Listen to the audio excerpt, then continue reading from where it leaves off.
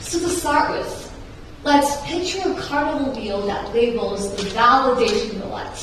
So it lands on slots like prestige, parental pride, social currency. And then the crowd all of a sudden starts roaring, and you know that you've got the prize, but then you feel really hollow deep inside. And that, welcome to the great circus of the greatest show of college application. So in here, we jump around with our GPAs, we perform trauma for essays, and then we take our quirks into resume-friendly tricks, all for a chance for this one single golden ticket, whereby we get someone else's logo. But tonight, I'm not here to clown around or make sure that you get one of those prizes on the circus. But instead, what if we burn the script, torn away this big circus, and then just rebuilt our own stage? So actually from a very young age, for me example, we are told that getting into a prestigious university means everything, and that is basically hitting the jackpot. And then you step up to this massive wheel of fortune of college applications, and with your heart pounding, hoping that you'll get a 6,000 plus on SAT, and or even like a congratulations letter, or whatever the good things you can think about when we are talking about universities. And honestly reflecting, in that moment, do you really feel that joy? Do you really feel like that all of a sudden you become this most valuable person in this world, and that your personal value just skyrockets upward, and that your family's pride swell, or that your value or social status just soar upwards out the window? Of course that's not happening. And then we're taught that for all of these years, the stress we're facing, the sleepless nights, the endless revisions, and then the sacrifice hobbies even. So our own worth with a single acceptance letter. But beneath the spotlight, if all of these are gone, do we still remember why we're doing this, and who are we really? So I'm an IBEP student in grade 11 who is currently in this progress, and I am a performer and an audience in the circus right now, and I am struggling, I can tell you. So I'm not the top of the class, I'm not so good at academics, and I don't have a list of prestigious awards. And all I have perhaps would be some passionate hobbies that I'm interested with, and still I feel the pressure to move, I feel the pressure to be the best, and I see the pressure to perform. And I have friends all around me who are stressing over every single grade, every single deadline, and every single test we're having, as if our whole identity or our whole value as an individual depends on this one number or this one single acceptance letter. And is that true really? And also these days, in our current society, we talk about authenticity a lot. So in this modern culture, authenticity is something that we really value, it's something we celebrate a lot as genuine, and then this is what we see as a virtue in people. However, very ironically, this college application process, which seems to be a symbol of this new era where us as new generation are moving into society and building this new age, it's the authenticity involved in there are actually somewhat lacking and turning into this most complicated and exhausting way of performance art. And you know what? That is exactly what I'm interested in. But this kind of performance is very different from what I like or what I really want to dive deep. Instead, this performance that we're seeing, it's more like a performance art in a zoo where animals are performing for the audience and dance based on their cues. It's more rare and exotic, and we are just trained to do all of these stuff. And if you really think about it, how often have you felt pressure to rewrite your essay, to exaggerate your achievements, or invent stories just to sound impressive? And how many times did you think, will that essay make me seem like a successful person? Will doing this extracurricular activity make me better than everyone else? And will myself doing this make me seem like a better package for this Ivy League school? And simply everyone is trying to win this by looking good on paper. And we rewrite our story to sound like LinkedIn ads, and then we even learn to try to crime commands for essay. But when that curtain actually falls, who are we?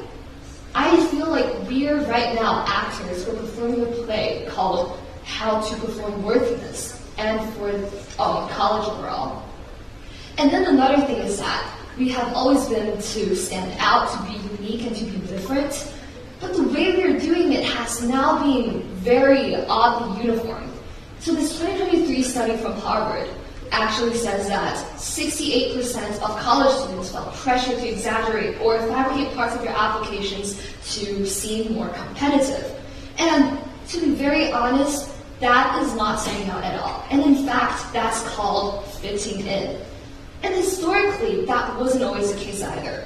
In the early 20th century, college admissions were more simple. Like all you need would be like a letter of recommendation and then just take a few very easy tests. And as higher education became this new symbol or this thing that represents a gateway to social mobility, the process morphed into this high-stake game. And by the 1980s, when there were standardized tests and this more holistic admission process, everyone, all of the applicants are starting to look like performers. Everyone vying for that very limited spotlight and aiming for that because you know that this is the only way that you can seem to be successful or valuable in others' eyes. But then when the circus is closed and that the audience leaves and then the stage will start, who are we without the applauses? So now, what if we stop spinning that wheel altogether or actually just launch an earthquake and let everything disappear for a second? What if we just quit chasing whatever society wants us to chase? Or to start, I don't know, chase something more meaningful or just more you or more real simply.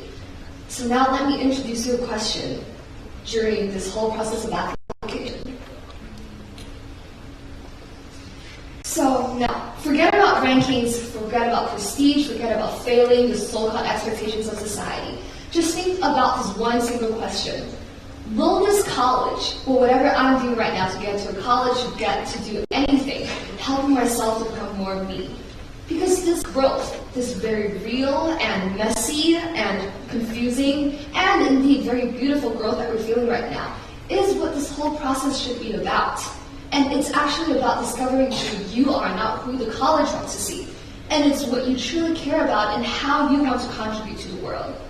However, maybe talking about these might seem very on the surface because I know it's very easy to talk about and think about these things, but it's very hard to actually do it, and there's a lot of hurdles that we need to overcome. So first, let's throw away the idea of impressing. That's the word.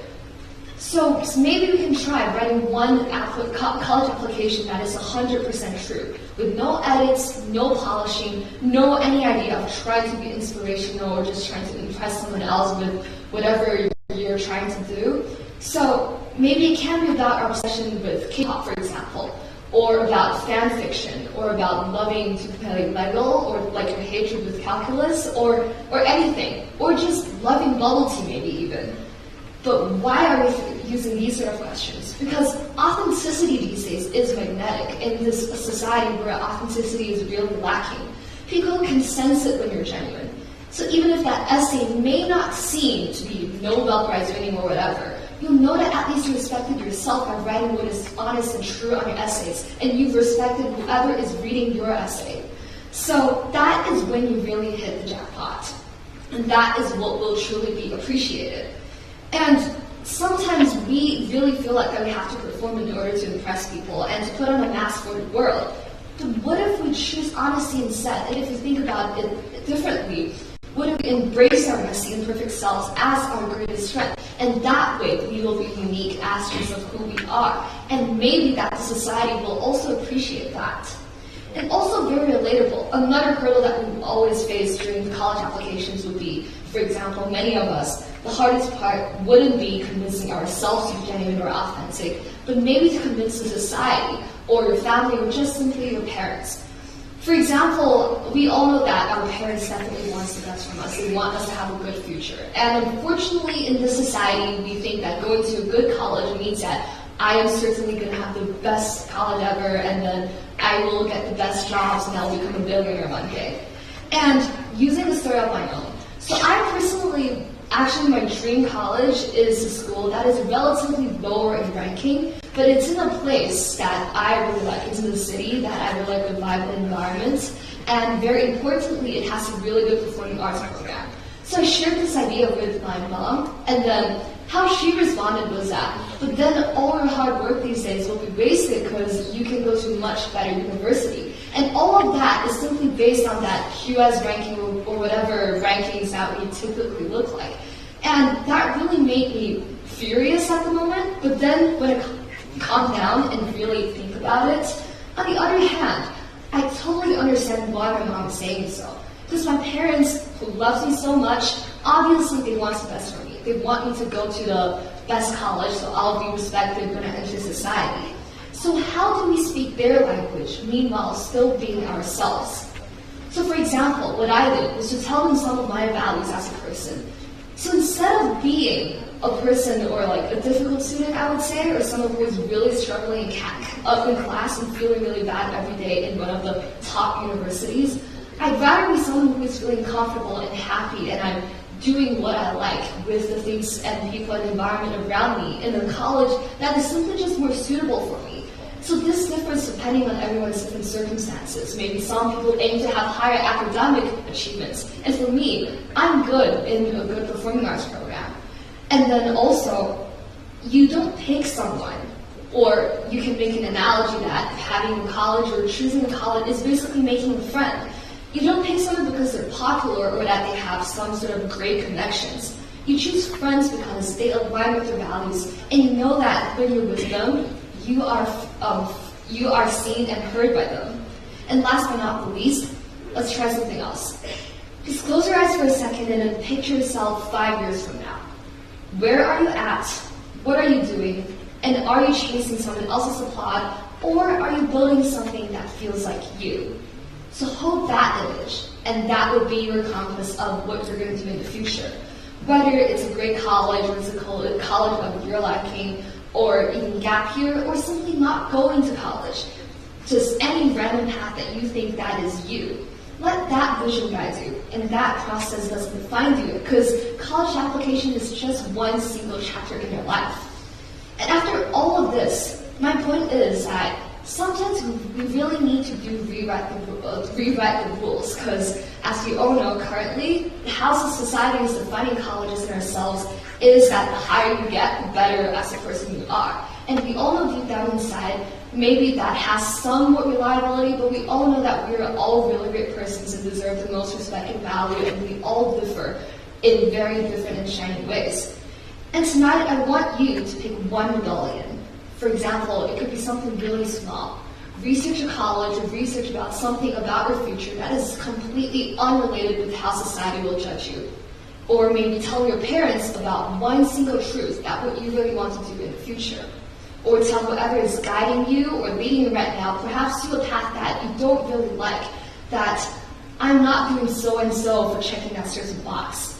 So everything I've said right now is not just for you, but also for myself, since I am also very struggling through this entire progress. I'm trying to struggle between whether to get respect from others by having a good college and also doing the things that I actually like. So each choice is actually a step toward owning your history and owning your story. And just remember, college is not the final destination of your life. It's the very, very first draft that we're experiencing and everything else we're going to experience in the future.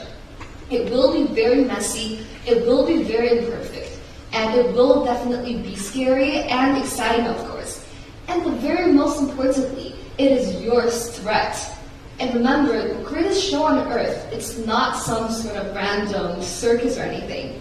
It's actually you. Thank you so much for listening.